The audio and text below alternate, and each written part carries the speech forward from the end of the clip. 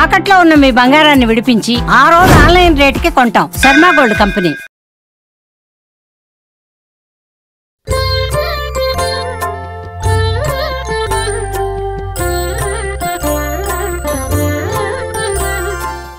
వక్రతుండ మహాకాయ సూర్యకోటి సమప్రభ నిర్విఘ్నం కురు మే దేవ సర్వకార్యేషు సర్వదా. యా కుందేందు తుషారహారధవలా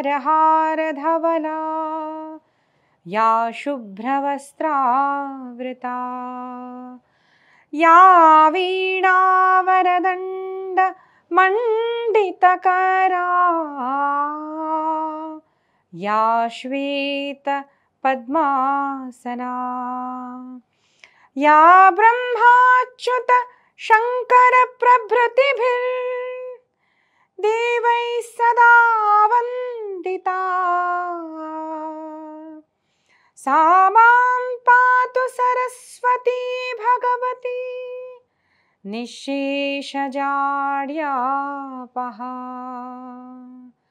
భవానీ శంకరౌ వందే శ్రద్ధా విశ్వాసరూపిణౌ యాభ్యాం వినా న పశ్యంతి సిద్ధా స్వాంతస్థమీశ్వరం. వంశీ విభూషితకరాన్నవనీరదాభాత్ పీతాంబరాత్ అరుణబింబఫలాధరుష్ఠాత్ పూర్ణేందుసుందరముఖాతరవిందనేత్రాత్ కృష్ణాత్ పరం కిమపి తత్వమహం న జానే. గురుర్బ్రహ్మా గురుర్విష్ణుః గురుర్దేవో మహేశ్వరః గురుః సాక్షాత్ పరబ్రహ్మ తస్మై శ్రీ గురవే నమః. మాతృదేవో భవ పితృదేవో భవ ఆచార్యదేవో భవ అతిథిదేవో భవ పరస్పరదేవో భవ. ఓం నమో భగవతే వాసుదేవాయ. శివపురాణము మహాత్మ్యము 4వ భాగం అండి. ఇక్కడ ఏం చెప్తున్నారు సూత మహర్షి అంటే, ఏ ఇంట్లో అయితే ఎవరింట్లో శ్రీ శివ మహాపురాణం గ్రంథము పూజింపబడుతుందో ఆ ఇల్లు తీర్థరూపము అయిపోతుంది. మా నాన్నగారు మా ఇంట్లో బుక్స్ అన్ని తెచ్చిపెట్టారండి. చిన్నప్పుడు మేము ఎప్పుడు చదివేవాళ్ళం కాదు. మా ఇంట్లో నేను ఎప్పుడు పురాణాల్లో చెప్తుంటాను మీకు, ప్రవచనాల్లో కూడా ఒక చిన్న బాక్స్ ఉండేది. దాంట్లో పైన ఏమో సినిమా పాటలు ఉండేవన్నీ. మేము డాన్స్ చేసేవాళ్ళం చిన్నప్పుడు, అందరం అక్క చెల్లెళ్ళం. ఆ కిందేమో భాగవత డోంగరేజీ మహారాజ్ కథ క్యాసెట్స్ ఉండేవి. దాన్ని పట్టించుకునే వాళ్ళం కాదు. ఆ పైన క్యాసెట్స్ మాత్రం చక్కగా పెట్టుకునేవాళ్ళం. ఎందుకంటే అది పెట్టుకోవాలి, డాన్స్ చేయాలి, పాటలు వినాలి, చాలా ఇష్టం ఉండేది అందరికీ. ఆటోమేటిక్గా తర్వాత ఏమైందంటే, ఆ నాన్నగారు తిట్టేవారు, ఏంటి ఆ క్యాసెట్స్ అన్నీ పాడైపోతున్నాయి అంటే. మేము పట్టించుకునే వాళ్ళం కాదు, ఎందుకంటే దాని ఇంపార్టెన్స్ తెలియదు కదా, మాహాత్మ్యం తెలియదు. మెల్లమెల్లగా ఏమైంది అంటే, ఆ పై క్యాసెట్స్ ఎప్పుడు పోయాయో ఎక్కడ పోయాయో తెలియదు, కానీ దీని ప్లేస్ పైన పెట్టేసి జాగ్రత్తగా పెట్టుకోవడం ప్రారంభించాను. ఎందుకంటే ఆ క్యాసెట్స్లో ఏముంది, ఎంత విలువైన వచనాలు ఉన్నాయి అని నాకు తెలియడం వల్ల ప్రాణం కన్నా ఎక్కువగా క్యాసెట్స్ని నేను చూసుకునేదాన్ని. ఎప్పుడు అంటే కథాశ్రవణం చేసిన తర్వాత, విన్న తర్వాత దాని ఒక వాల్యూ నాకు తెలిసింది. సృష్టిలో ఏదన్నా ఇప్పుడు ఇంట్లో కూడా నా దగ్గర ఉంటాయండి, నేను ఎవ్వరికి కూడా క్యాసెట్స్ ఇవ్వను. ఎందుకంటే అంత ప్రాణం. ఆ వాక్కుల వల్ల, సంతశ్రీ డోంగరేజీ మహారాజ్ వాక్కుల వల్ల నా జీవితం అనేది మారిపోయింది. ఒక దృష్టికోణం నాకు దొరికింది. భగవద్భక్తి అంటే ఏంటిది, ఎందుకు చేయాలి, నేను ఎవరును, నాకు లోపల ఆ నిగడితం అవ్వడం వల్ల దాని మాహాత్మ్యం తెలిసి ఇప్పుడు నేను దాని ప్రాణం కన్నా ఎక్కువగా దాన్ని చూస్తుంటాను. ఇప్పుడు నేను అవన్నీ కూడా సదేహా ఫౌండేషన్ అని యూట్యూబ్ ఛానల్లో వేశాను నేను అవి. కానీ అప్పటికే క్యాసెట్స్ అలాగే ఉంచుతాను, ఎందుకంటే ఆ క్యాసెట్ రూపంలోనే కదా నేను విన్నది. కాబట్టి అలాగా ఏమైంది మా ఇంట్లో, ఎందుకు ఈ మార్పు వచ్చింది అని అందరూ అంటారు. అమ్మ మీరు ఎంత ధన్యులు, మరి ఇలాగా జరిగింది అంటే ఆ ఇంటి వాతావరణం కూడా ధన్యమో అంటారు. ఎలా జరుగుతుంది ఇవన్నీ, ఎందుకంటే ఒక కథాశ్రవణం వల్ల ఒక మనిషి జీవితం మారిపోతుంది. అలాంటి మనుషులు ఉన్న చోట, అలాంటి కథ ఉన్న చోట ఏమైపోతుంది, ఆ ఇల్లు, ఆ ప్రాంతం కూడా తీర్థరూపంగా మారిపోతుంది. ఏతచ్చివ పురాణస్య కథా భవతి యద్గృహే తీర్థభూతం హి తద్గేహం వసతాం పాపనాశనం. ఈ శివపురాణ కథాశ్రవణం చేయడం వల్ల అశ్వమేధ యజ్ఞము, వాజపేయ యజ్ఞము, గంగా ఆది నదుల్లో స్నానం చేసిన పుణ్యం కూడా మనకి ఇక్కడ కలుగుతుంది అని చెప్తున్నారు అనమాట. ఇప్పుడు యజ్ఞాలు మనం గనక చూస్తే పూర్వం చేసిన ఎలా ఉండేవి అంటే యజ్ఞాలు ఎంతో చాలా డబ్బు ఉండేదండి. అంటే చాలా ధనము, పెద్ద పెద్ద పాత్రలు ఈ బంగారుతో చేసి ఉన్నవన్నమాట. అలాంటివి పాత్రలు అంత ధనం కూడి ఉంటే కానీ ఈ యజ్ఞాలు అనేవి పాసిబుల్ అయ్యేవి కావు. అలాంటి పెద్ద పెద్ద యజ్ఞాల పుణ్యము కేవలం కథాశ్రవణం వల్ల మనకు దొరుకుతుంది. అశ్వమేధ యజ్ఞము, ఈ వాజపేయి యజ్ఞ పుణ్యం కూడా మనకు కథాశ్రవణం వల్ల దొరుకుతుంది. అలాగే సప్తపురి కూడా ఉన్నాయి కదండి, ఆ సప్తపురి దర్శనం పుణ్యం కూడా మనకు ఈ కథాశ్రవణం వల్ల దొరుకుతుంది అంటారు. ఏం చెయ్యాలి? మనం ఈ కథాశ్రవణం చేసే ముందు ఆ గ్రంథానికి పుష్పము, వస్త్రము అన్ని చేసి సత్కారం చేసి నమస్కరించాలి. గుర్తుపెట్టుకోండి, అది పుస్తకం కాదు. కథానవేహ గ్రంథనవేహ శ్రీకృష్ణ అంటారు. ఇవి గ్రంథాలు కాదు, ఇవి పుస్తకాలు కాదండి. ఇవి సాక్షాత్తు పరమాత్మ స్వరూపమే. శివపురాణం ఇంటికి తెచ్చుకొని పెట్టుకొని నమస్కారం చేసుకోండి. భాగవతము ఇవన్నీ కూడా నేను అందరికీ చెప్తాను. ఈ కొన్ని గ్రంథాలు మాత్రం ఖచ్చితంగా ఇంట్లో ఉండాలి. ఇప్పుడు తెలుగు భాషీయులు కాబట్టి చెప్తున్నానండి. శ్రీమద్ భాగవతము అంటే వ్యాస భాగవతము, పోతన భాగవతం కూడా ఖచ్చితంగా తెచ్చుకోండి. తర్వాత వాల్మీకి కృత రామాయణము, శివపురాణము, దేవీ భాగవతము, భగవద్గీత, మహాభారతం కూడా. చాలామందికి మహాభారతం అంటే యుద్ధ గ్రంథం అనుకుంటారు. కాదండి, Mahabharatam is best book for management అనమాట. నేను ఎక్కువగా విశ్లేషించను, కానీ ఛాలెంజింగ్గా చెప్తున్నాను. మహాభారతం ఎవరింట్లో ఉంటే, ఎవరైతే దాన్ని చదువుకుంటారో, ఆచరిస్తారో వాళ్ళు లైఫ్లో ఖచ్చితంగా సక్సెస్ఫుల్ అవుతారు. It is book of success అనమాట, book of managing life. So మహాభారతము, అలాగే అన్నమాచార్య కీర్తనలు, ఆ గ్రంథం ఇంట్లో పెట్టుకోండి. మన పోతన గారి పద్యాలు, తర్వాత రామదాస్ వారి భజనలు ఏవైతే ఉన్నాయో అవి కూడా ఇంట్లో తెచ్చి పెట్టుకోండి. అమ్మ మీరు చదవం కదా అంటే పర్వాలేదు, సమయం ఉంటే చదవండి, లేదంటే తెచ్చి పెట్టుకోండి. ఏమవుతుంది దీనివల్ల అంటే, చూడండి, మనము ఒక్కసారి మీరు ఎంత ఖర్చు పెడతారో ఒకసారి నోట్స్ రాసుకోండి.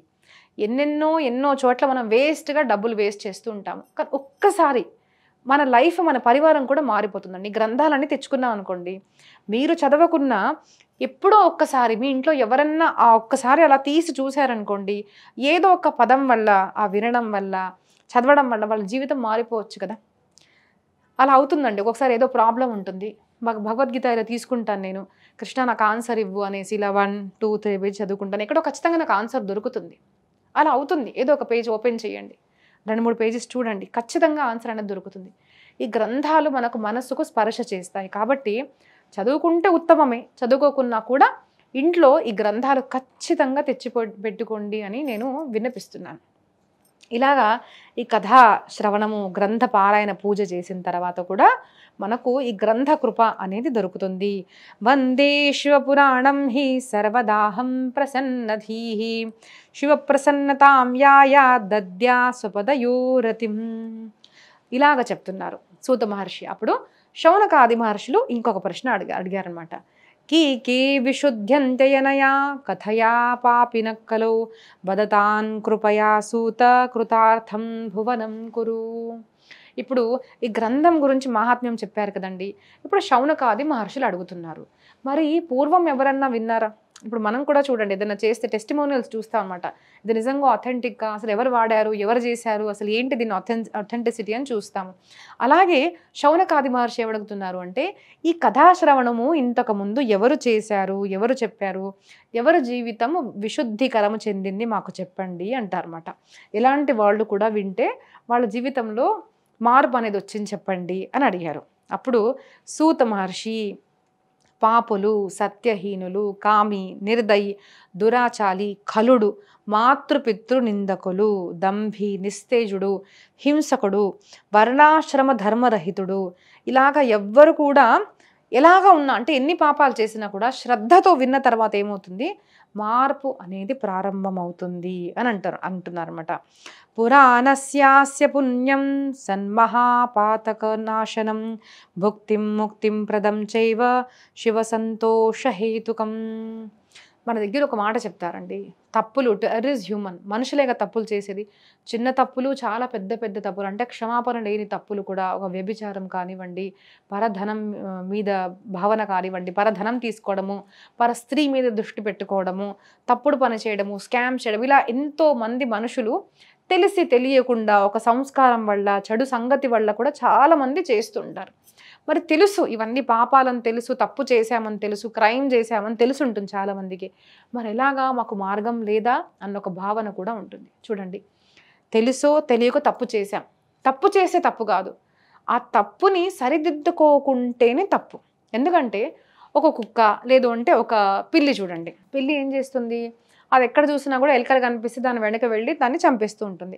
ఎప్పుడన్నా దానికి అనిపిస్తుందా, అరే ఇప్పుడు మా ఇంట్లో కూడా పిల్లి తిరుగుతూ ఉంటుంది, అరే కథాశ్రవణం విని నేను తప్పు చేస్తున్నానే, నేను ఇలా చేయకూడదు, నేను జీవహింస చేస్తున్నాను అని ఎప్పుడన్నా ఆపేస్తుందా?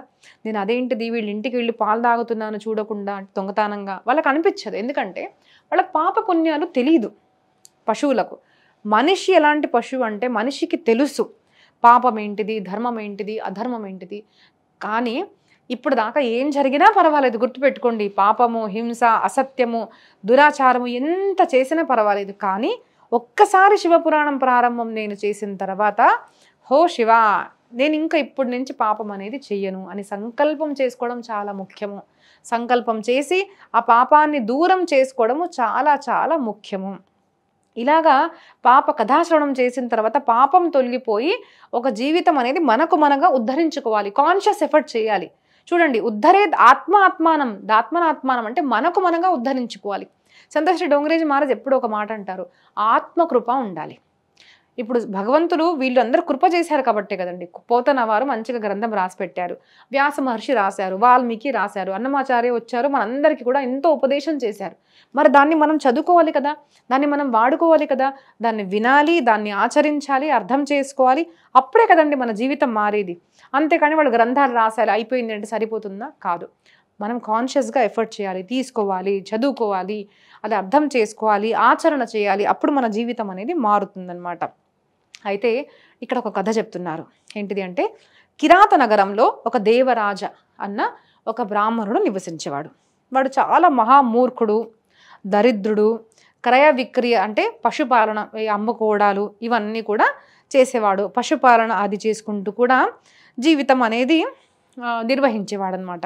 అలాగ ఒకసారి ఏమైంది, తను ఒకసారి స్నానానికి వెళ్ళినప్పుడు ఒక తలావంలో అంటే నీళ్ళ దగ్గర వెళ్ళినప్పుడు ఒక వేశ్య శోభావతిని చూసి చాలా సంతోషించాడనమాట. తన దగ్గర రమమానం అవ్వాలి అని అనుకున్నాడు. తను కూడా చాలా సంతోషించింది. ఎందుకు అంటే ఎవరి దగ్గర ధనం ఉంటుందో అలాంటి వాళ్ళని చూసి వేశ్యలు సంతోషిస్తారు, అలాంటి అందవాళ్ళ దుశ్చరిత్రం ఉన్న ఆడవాళ్ళని చూసి కూడా వీళ్ళు సంతోషిస్తారనమాట. అప్పుడు ఏం చేశాడు వీను, తల్లిదండ్రులు విరోధిస్తున్నారు కాబట్టి తల్లిదండ్రులు ఇంట్లో నుంచి గెంటేసి అలాంటి వేశ్య అయిన స్త్రీని ఇంటికి తీసుకొచ్చాడు. ఇతను ఏం చేసింది అంటే తల్లి, తండ్రి, ఆ దేవరాజు ఈ ముగ్గురిని కూడా చంపేసింది, మొత్తం సంపత్తి కూడా తీసుకుంది. ఇప్పుడు చూడండి, మన పురాణాల్లో ఇలాంటి ఎన్నో కథలు ఉంటాయి. ఎందుకు చెప్పారు అంటే సృష్టిలో అందరూ మంచివాళ్ళు ఎప్పుడూ ఉండరండి. సమాజంలో ఖచ్చితంగా చెడ్డవాళ్ళు అనేది ఉంటారు. మనం అందరం కూడా, ఈ సృష్టి ఎలా రచింపబడింది అంటే సత్వ, రజ, తమ, సత్వగుణులు ఉంటారు, తమోగుణులు ఉంటారు, రజోగుణులు కూడా ఉంటారు. సత్వ, రజో అధికంగా ఉంటారు, ఒక్కొక్కసారి తమో అధికంగా రజోగుణులు కూడా ఉంటారు. ఇలా వివిధ మనుషులు ఉంటారు. కాబట్టి పూర్వం నుంచే మనకు వేశ్యలు, దొంగలు ఇలాంటి కథలు ఎందుకు వస్తున్నాయి? మన జీవితంలో ఇలాంటి వాళ్ళ నుంచి మనం దూరంగా ఉండాలని చెప్పడానికి వస్తున్నాయి. ఎప్పుడు కూడా ఇంద్రియ నిగ్రహం లేదనుకోండి, లోభం ఉందనుకోండి మనుషులో, ఇలాంటి సంఘటనలు జరుగుతాయి. ఇప్పుడైతే స్కామ్స్ జరుగుతుంటాయి చూడండి, ఆన్లైన్ కాల్ చేశారు, వీడియో కాల్ చేశారు, ఆవిడేదో ఇలా చూశారు, స్క్రీన్ షాట్ తీశారు, మమ్మల్ని మోసం చేశారు అంటారు. సో ఇవన్నీ ముందు నుంచే చెప్తున్నారు. ఒక పరస్త్రీ దాంట్లో మీరు పడ్డారు అంటే ఖచ్చితంగా నాశనం అవుతుంది. అలాంటి ఆడవాళ్ళు ఉండరా అంటే ఖచ్చితంగా ఉంటారు. మనం కేర్ఫుల్గా ఉండాలి. సో తను ఏం చేశాడు, తల్లి తండ్రి ఉన్న ఇంట్లో ఆ ఆడదాన్ని తీసుకొచ్చారన్నమాట. తన భార్య, తల్లి, తండ్రి ఉన్నారు. అయితే ఆ స్త్రీ వీళ్ళిద్దరు కలిసి ఏం చేశారు, తల్లి తండ్రిని భార్యను కూడా చంపేశారు. ఆ పరస్త్రీతో తను ఉండడం ప్రారంభించాడు. ఇప్పుడు ఏం జరుగుతుంది, ఇలాంటి పరస్త్రీతో ఉండడం వల్ల తన జీవితం అంతా నాశనం అయిపోయింది. దుస్సంగతి వల్ల భక్షణం చేయడం ప్రారంభించాడు, తప్పుడు పని ప్రారంభించాడు. తన కోరికలు తీర్చడానికి తప్పుడు మార్గంలోకి వెళ్ళి కూడా తను ఇవన్నీ చేస్తూ ఉన్నాడు. ఇలాగ సంపూర్ణ జీవితం కూడా ఇలాగే గడిచిపోయింది. చూడండి, అందుకోసం మనకు పూర్వం కూడా ఇలాంటి వేశ్యలు కథలు కూడా మనకు చెప్పేవారనమాట. అప్పుడు ఒకసారి చాలా వృద్ధుడైపోయాడు. ప్రతిష్టాన్పూర్ అన్న ప్రాంతంలో వెళ్ళి శివాలయంలో అలాగో పడుకున్నాడు. బాగా జ్వరం వచ్చేసింది. జ్వరం వచ్చేసరికి లేవలేకపోతున్నాడు. ఏం చేయాలి అర్థం కావడం లేదు. అప్పుడు అలా పడుకొని ఉండేసరికి శివాలయంలో సత్సంగాలు ఇవన్నీ జరుగుతుంటాయి కదండి, అక్కడ శివపురాణము అనేది తన చెవి మీద పడిందనమాట. ఆ శివపురాణము అంతిమ కాలంలో పడడం వల్ల ఏం జరిగింది, యమదూతులు వచ్చి తనకు తీసుకొని వెళ్ళి సద్గతిని ఇచ్చారు. దేవుడి దగ్గరికి తీసుకెళ్ళినప్పుడు తనకు దుర్గతి ఇవ్వకుండా సద్గతిని ఇచ్చాడు శివుడు. ఎందుకంటే యమదూతులకు చెప్పారనమాట, ఈయన అంతిమ సమయంలో శివపురాణము విన్నాడు అనేసి. కాబట్టి మన అంతిమ క్షణం మనకు తెలియదు కదండి. ఎప్పుడు కూడా యథాసంభవం, ఎప్పుడు కూడా సమయం దొరికిందంటే ఆ మొబైల్ తీసుకొని ఒక పాట పెట్టుకొని ఖచ్చితంగా కథాశ్రవణం అనేది చేసుకోవాలి. మనం కాన్షియస్ ఎఫర్ట్ అనేది చేయాలి. ధన్యం శివపురాణస్య కథా పరమ పావని యస్యా శ్రవణ మాత్రేన పాపీయానపి ముక్తిభాగ్.